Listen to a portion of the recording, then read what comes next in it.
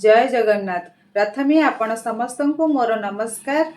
मु Geetanjali my channel Priyal मम educational tips को स्वागत। आजिकल दुनिया रे बहुत रोग होसी। आपण माने जानिथिबे अर्स रोग ता भितर गोटे।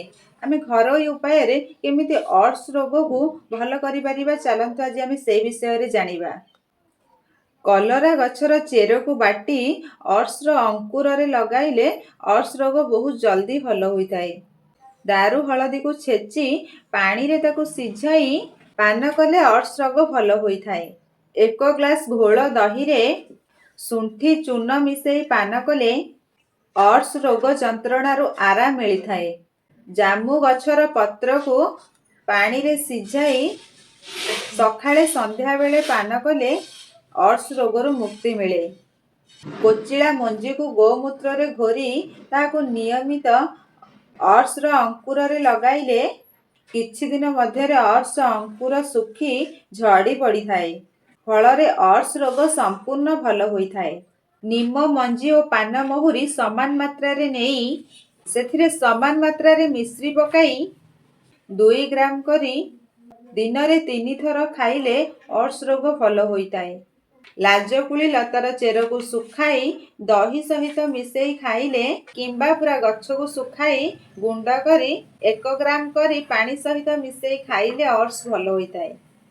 7टी कलरा पत्र रस और 1 ग्राम सैंधव लवण मिसाई खाइले 7टी कलरा पत्रर रस और 1 ग्राम सैंधव लवण मिसाई सखाळे खाली पेटरे 7 दिन एपरी पीले खूब शीघ्र अर्स रोग भल होइताय।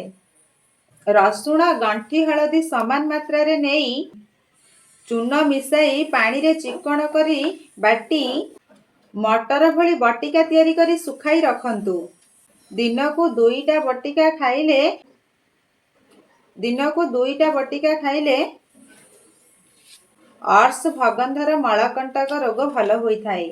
सबुठारु इम्पोर्टेंट जिनस हिला आमिष खट्टा जिनस और मसला जिनस तेल मसला जिनस खाइबा ठारु टिके दूर रे रहिबो। ए सब जिनस टिके खाइबो नाही।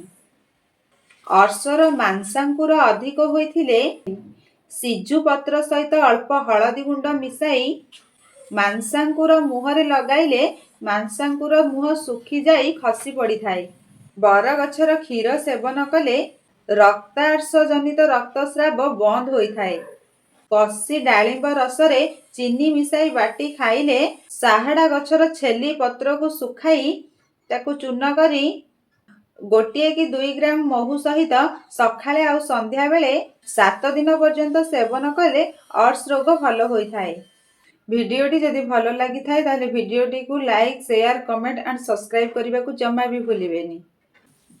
भिडियोटारे जेतिकी टिप्स कहिली ता भितरु 4-5टा आपण ट्राई करंतु। तापरे आपण माने ट्राई कर सारला परे आपण माने कमेंट माध्यम रे जणांतु केते मात्रा रे कमिला।